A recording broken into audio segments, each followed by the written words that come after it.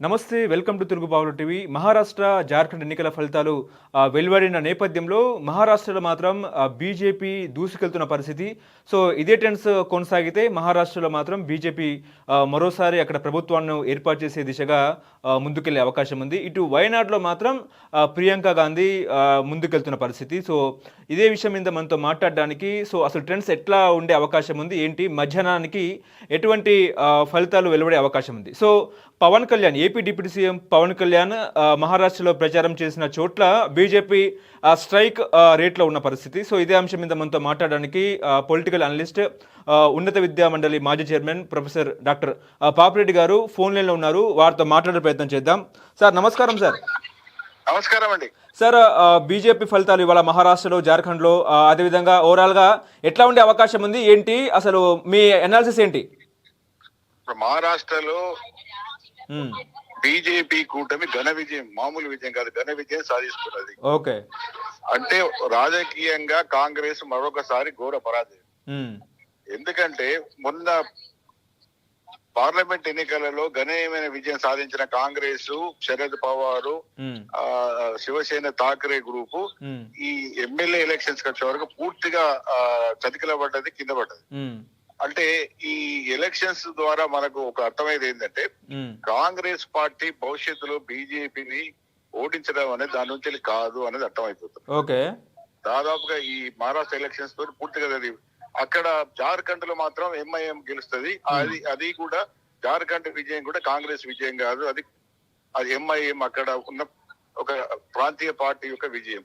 కాబట్టి మొత్తం మీద ఎక్కడ చూసుకున్నా కూడా సరే వయనాడ్ అనేది వాళ్ళ రాహుల్ గాంధీ సీట్ కాబట్టి, సరే ప్రియాంక గాంధీ పోటీ చేసింది కాబట్టి అక్కడ లీడ్ ఉండొచ్చు, గెలవచ్చు. కానీ మొత్తం టోటల్ సినారియో చూస్తే కూడా యూపీలో కూడా మళ్ళీ బీజేపీ పుంజుకున్నది. అంటే ఏ రాష్ట్రాలలో బీజేపీ ఎంపీ ఎలక్షన్ లో దెబ్బతిన్నదో యూపీలో దెబ్బతిన్నది. కానీ మళ్ళీ ఎమ్మెల్యే ఎలక్షన్స్ కి వచ్చే వరకు వాళ్ళకు 6 బీజేపీ, వాళ్ళ మిత్రపక్షం 7 లీడర్లు ఉన్నది, 2 మాత్రమే సమాజ్వాదీ పార్టీ. ఇక్కడ మహారాష్ట్రకి వచ్చే వరకు కూడా అక్కడ ఎంపీ ఎలక్షన్ లో కాంగ్రెస్ కూటమి బాగా విజయం సాధించింది, బీజేపీ దెబ్బతిన్నది. కానీ ఎమ్మెల్యే ఎలక్షన్స్ వచ్చే వరకు ఇది సీన్ పూర్తిగా విరుద్ధం అయిపోయింది. ఇక్కడ మహారాష్ట్రలో బీజేపీ కూటమి ముఖ్యంగా ఒక విధంగా షిండేను చాలా మంది తక్కువ, అక్కడ ఉన్న ముఖ్యమంత్రిని తక్కువ అంచనా వేశారు. కానీ ఇది ఒక విధంగా బీజేపీతో పాటుగా సేన ఎవరైతే నాయకత్వం వహించి వచ్చిందో ఏకనాథ్ షిండే కూడా ఇది ఘన విజయం. ఎందుకంటే ఆయన గవర్నమెంట్ కు వచ్చిన తర్వాత చాలా సవాళ్ళను ఎదుర్కొని ప్రభుత్వాన్ని మంచిగా నడిపింది కాబట్టి అక్కడ ఒక ఘన విజయం సాధించగలిగింది. అయితే నేను ఏం చూస్తానంటే దీని ఎన్నికలు ఓవరాల్ రాజకీయాల యొక్క ప్రభావం ఏ విధంగా ఉంటదంటే కాంగ్రెస్ భవిష్యత్తులో మళ్ళీ తిరిగి పుంజుకునే అవకాశాలు చాలా తక్కువగా అవుతుంది. రెండోది వాళ్ళకు మిగిలిన 3 రాష్ట్రాలు, ఒకటి హిమాచల్ ప్రదేశ్, 2 కర్ణాటక, 3 తెలంగాణ.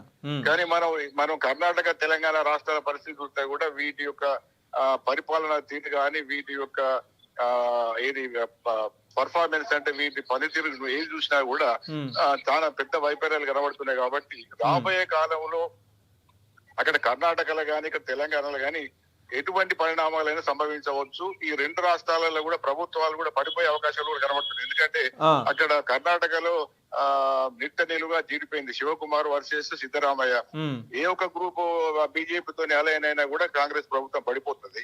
ఇక్కడ కూడా తెలంగాణలో కూడా రేవంత్ రెడ్డి మీద, అంటే ఇక్కడ ఉన్న రేవంత్ రెడ్డి ముఖ్యమంత్రి మీద కూడా చాలా కాంగ్రెస్ లో అసంతృప్తి వాళ్ళు ఉన్నారు. కాబట్టి ఒక 15 నుంచి 20 సీట్లు ఎవరైనా కాంగ్రెస్ నుంచి వెళ్ళి ఏదో ఒక నాయకుడు పట్టుకొని వచ్చినా కూడా ఇక్కడ బీఆర్ఎస్ బీజేపీతోని మళ్ళీ ఒక ప్రత్యామ్నాయం, అంటే మహారాష్ట్ర మోడల్ మళ్ళీ ఇక్కడ ఒక ప్రభుత్వం వచ్చే అవకాశం కూడా స్పష్టంగా కనబడుతుంది. కాబట్టి భవిష్యత్తులో కాంగ్రెస్ పార్టీ బతకాలి, బట్టగట్టాలంటే ఈ పద్ధతులు మార్చుకొని మంచి పరిపాలన ఇవ్వాలి. అన్ని ప్రామిసులు చేశారు, కర్ణాటకలో చేశారు, తెలంగాణ చేశారు, ఏ ఒక్క ప్రామిస్ కూడా ఫుల్ఫిల్ చేయలేదు. రాహుల్ గాంధీ పదే అక్కడ ప్రతి మహిళకు 3,000 రూపాయలు ఇస్తారని చాలా పెద్ద ఆశలు పెట్టుకున్నారు, మహిళలు పెద్ద ఎత్తున ఓటేస్తారని. అరగోపాల్ సార్ మేధావి గారు కూడా చెప్పారు ఆడవాళ్ళు ఓట్లేదు తనకి వెళ్తానని.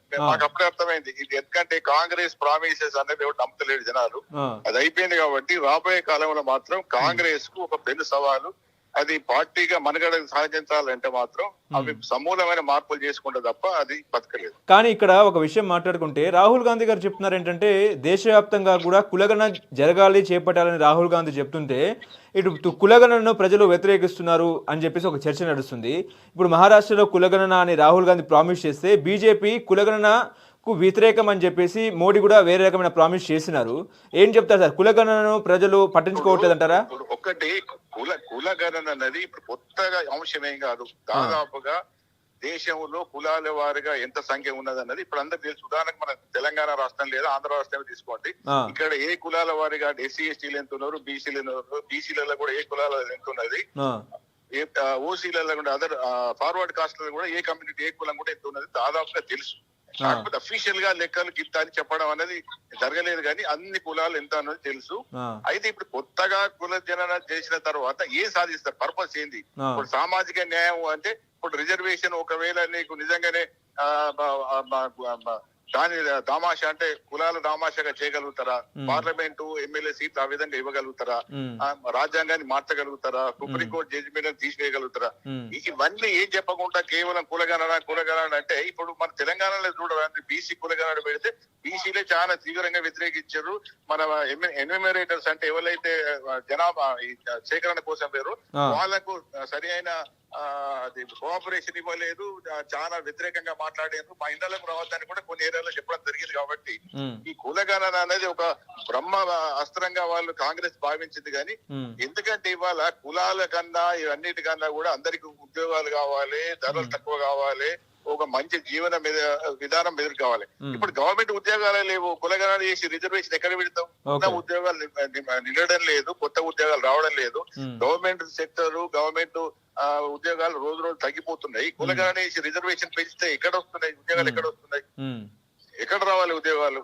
కాబట్టి ఇప్పటికి కూడా ఇవన్నీ కూడా మాని ఆర్థిక వ్యవస్థను ఏ విధంగా అభివృద్ధి చేయాలి, దీనిలో ఒక విధంగా బీజేపీ కాంగ్రెస్ మీద ఒక సైద్ధాంతికంగా కూడా విజయం సాధించింది. ఎందుకంటే అభివృద్ధి కోసం పోతున్నాం, దేశ రక్షణ కోసం పోతున్నాం, విదేశ విధానం మన ఏది భారతదేశం యొక్క పరువును మనం బయట దేశాలు కూడా ముందుకు తీసుకు ఇవి ఎక్కువ జనాలకు నచ్చుతున్నాయి. ఈ కుల జన ఇవన్నీ కూడా అని ఇప్పుడు 70 ఏళ్ళు అయిపోయింది స్వతంత్రం వచ్చి, 75 ఏళ్ళు అయిపోయింది. 75 ఏళ్ళకి వచ్చిన తర్వాత కూడా ఇవే లెక్కలు పెట్టి అది అంటే ఆ జనాల నిజంగానే దాంతో ఏమైనా ప్రయోజనం వస్తుంది? మేము రాజకీయాలలో దీని ప్రకారం మేము ఎంపీ సీట్లను కుల నామాచ ప్రకారం మేము రాజ్యాంగాన్ని మారుస్తాం, ఆ ప్రకారమే టికెట్లు ఇస్తాం, ఎమ్మెల్యేలు కూడా ఆ ప్రకారం ఇస్తాం. లేకపోతే ఇప్పుడు ఉదాహరణకి ఇప్పుడు తెలంగాణ ఉన్నది, ఈ బీసీ కులగణన చేసే బదులు బీసీ ముఖ్యమంత్రిని చేయొచ్చు కదా కాంగ్రెస్ పార్టీ, బీసీ ఎమ్మెల్యేలు. అది కొత్త నిజమైన సామాజిక మార్పు కోసం ఆ కోణంలో పోవాలి, అంతేగాని కులగణన చేస్తాం. ఇప్పుడు అన్ని సర్వేలు ఉన్నాయి, ప్రతి సర్వేలో కూడా ఏ కులంలో ఎంతో మంది ఉన్నారో తెలుసు. ఇప్పుడు కొత్తగా చేసేది ఏమి లేదు. కాకపోతే దానిలో ఇప్పుడు ఏమైతున్నది, ఆ బీసీ కులాలే దీన్ని వ్యతిరేకిస్తున్నాయి. ఎందుకంటే నీ బ్యాంక్ అకౌంట్ ఏమున్నది, లేకపోతే నీ ల్యాండ్ ఎంత ఉన్నది, నీ వెహికల్స్ ఎంత ఉన్నాయి, వాళ్ళు బీసీలు భయపడుతున్నారు. మమ్మల్ని క్రీమిలేను తీసేస్తారా, లేకపోతే మాకు వచ్చే పథకాలలో స్కీమ్స్ లో నుంచి తీసేస్తారా, పథకాలు రాకుండా చేస్తారా అంటే కాంగ్రెస్ మీద క్రెడిబిలిటీ అనేది జీరో ఉన్నది. అన్న తెలంగాణలో ఇప్పుడు రేవంత్ రెడ్డి గారు తలపెట్టిన ఈ కులగణన అనేది చాలా తీవ్ర స్థాయిలో ప్రజల్లో అంటే ముఖ్యంగా ఏ బీసీల కోసం అయితే ఈ కులగణన వాళ్ళ కోసం బాగా అని చెప్తున్నదో ఆ వర్గాల నుంచి తీవ్ర నిరసన వ్యతిరేకత ఎదురవుతున్నది రేవంత్ రెడ్డి గారి ప్రభుత్వాన్ని. కాబట్టి ఇవన్నీ చూస్తే కాంగ్రెస్ సమూలంగా తన పద్ధతులు మార్చుకొని కొత్త ఇన్నోవేటివ్ గా కొత్తదనంగా ఆలోచిస్తుంది తప్ప దానికి బతుకుంటదు. ఎందుకంటే ఇదే విధంగా ఉంటే మాత్రం ఈ మోడీ ప్రభుత్వానికి కానీ బీజేపీ కానీ రాబోయే 5-10 సంవత్సరాలలో పెద్ద ప్రమాదం ఉండదు, వీళ్ళే పరిపాలిస్తారు. అంటే ఇప్పుడు మహారాష్ట్ర ప్రజలు మహాయుత్ కూటమినే ఎందుకు పట్టం కట్టారంటే ఏం చెప్తారు సార్? దానికి కారణాలు చాలా ఉన్నాయి. ఒకటి, షిండే ఇంతకుముందు చెప్పినా కదా, షిండే గారి పరిపాలన బాగుందని అర్థం చేసుకోవాలమ్మా. చాలా మంది బయట ఏమనుకున్నారు, షిండే డిఫెక్టర్ అంటే శివసేన వచ్చిండు, ఆయన సరిగా లేడు, అది అని ఒక పెద్ద ఎత్తున ప్రచారం జరిగింది. కానీ ఎంపీ ఎలక్షన్ లో కూడా షిండే శివసేన మంచి సీటు సాధించింది. తర్వాత ఇప్పుడు కూడా ఎమ్మెల్యే ఎలక్షన్ లో కూడా దాని షిండే శివసేన గణనీయమైన విజయం సాధించింది. అంటే షిండే పరిపాలన అక్కడ మహారాష్ట్ర ప్రజలకు నచ్చింది, ప్రజల కోసం మంచి పరిపాలన చేసిండు, అది ముఖ్యం. తర్వాత మోడీ, తర్వాత అంతర్జాతీయ పరిస్థితులు, జాతీయ పరిస్థితులు ఇవన్నీ కూడా చూసినప్పుడు ఈ కాంగ్రెస్ ఏదైతే కులగణనో లేకపోతే ఈ గ్యారంటీలు, హామీలు, నేను 3,000 ఇస్తా, 5,000 ఇస్తా, అది ఇస్తా, ఇది ఇస్తా అన్నది జనాలు నమ్మడం లేదు. హర్యానాలో నమ్మలేదు, మహారాష్ట్రలో నమ్మలేదు. భవిష్యత్తులో నేను అనుకుంటా కాంగ్రెస్ ఇచ్చే ఏ వాగ్దానాన్ని కూడా ప్రజలు ఏ రాష్ట్రాల్లో కూడా నమ్మని పరిస్థితి కూడా ఎదురైతుంది. ఎందుకంటే ఇవాళ మన కర్ణాటక, తెలంగాణ చూస్తున్నాం.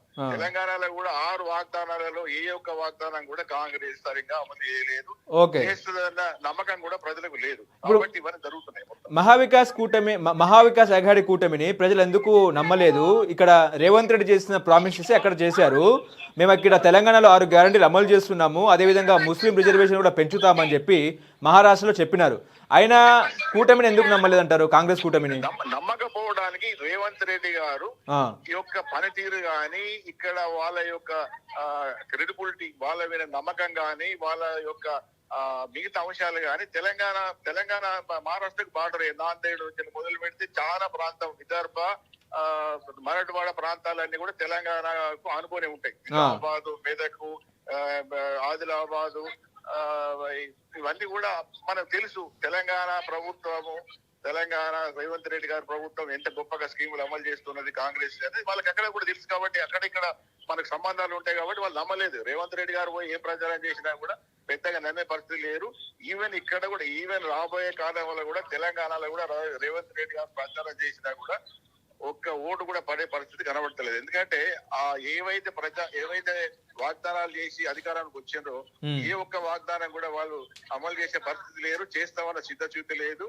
ఆ ప్రభుత్వ పరిపాలన కూడా అది ఒక పద్ధతి ప్రకారం లేదు. ఇవన్నీ కూడా జనాలలో తీవ్ర వ్యతిరేకత ఉన్నది. ఇప్పుడు ఒకవేళ అదృష్టవశాత్తు రేవంత్ రెడ్డి ఇక్కడ బై ఎలక్షన్ లేదు, కానీ ఒక బై ఎలక్షన్ ఉంటే రేవంత్ రెడ్డి గారు కానీ కాంగ్రెస్ కానీ ఎంత ఘోరంగా ఓడిపోయేదో బయటపడేది. కానీ ఇక్కడ బై ఎలక్షన్స్ లేకుండా ఒక విధంగా తెలంగాణ ప్రభుత్వం బతికిపోయింది. ఓకే, ఇప్పుడు మహారాష్ట్రకి ఎవరు ముఖ్యమంత్రి అవుతారు? శివసేన చీఫ్ షిండే అవుతారా, లేకపోతే బీజేపీకి ఛాన్స్ ఇస్తారా? ఒక విధంగా నన్ను అడిగితే మాత్రం అది షిండే గారికి ముఖ్యమంత్రి ఇవ్వడం న్యాయం. ఎందుకంటే షిండే గారి ముఖ్యమంత్రి ఆధ్వర్యంలోనే ప్రభుత్వం ఆ కూటమి పోయింది ఎలక్షన్. తర్వాత షిండే శివసేన కూడా ఘన విజయం సాధించింది. షిండే గారికి కూడా మంచి పేరు ఉంది. కాబట్టి ఒకవేళ ఆ కూటమి భవిష్యత్తులో కూడా సమస్యలు లేకుండా బాగా ఉండాలి, కాంగ్రెస్ కూటమి మొత్తానికి నియంత్రించాలంటే మాత్రం అక్కడ షిండే గారు ముఖ్యమంత్రి, మళ్ళీ ఫడ్నవీస్ ఉప ముఖ్యమంత్రి ద్వారా, కాకపోతే ఎక్కువ శాఖలు, మంచి శాఖలు అన్ని కూడా బీజేపీ తీసుకుంటది కావచ్చు. ఓవరాల్ గా బీజేపీ కంట్రోల్ ఉంటది. కానీ నా ఉద్దేశంలో ఒకవేళ బీజేపీకి పొలిటికల్ గా కొంత ముందు చూపుంటే మాత్రం షిండే గారినే ముఖ్యమంత్రిని చేయాలి. Okay, thank you sir. Thank you.